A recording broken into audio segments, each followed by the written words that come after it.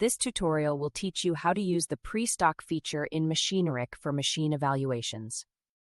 Log into your account. Click Add Machine.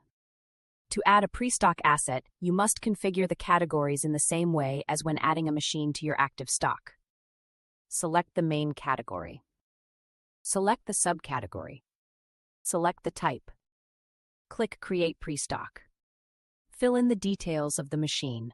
We have a tutorial on listing a machine that goes over all of the machine details. The pre-stock feature provides new status tags for your use. The To Be Evaluated tag indicates that the machine requires evaluation. When valuating the machine, you should enter all the costs so they can be taken into account for the decision. Go to Financials. Here you have a Valuations section. All estimated costs can be entered here. For example, the purchase price and any sales costs. To add costs, click on Add More. Fill in the details. Click on the minus sign to turn the amount into a cost. You can also add the estimated sales price. At the bottom, you see the trade-in price, which is the price you should purchase the machine at, and the bookkeeping value shows you the value of the machine in stock. This is the estimated sales price minus sales costs. You can download the valuations here. For instance, one sales contact can input their own valuations and then download the file.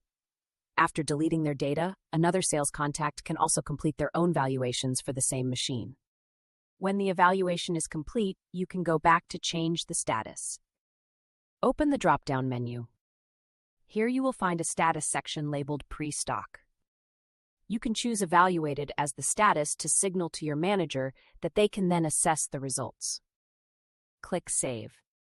Your manager can review the Financials tab and any relevant documentation to either accept or reject the asset. Once a decision is made, they can update the status accordingly. In this case, it was accepted. This means that your team can get to work on purchasing the machine. When you receive the machine, make sure to change the status to an active one.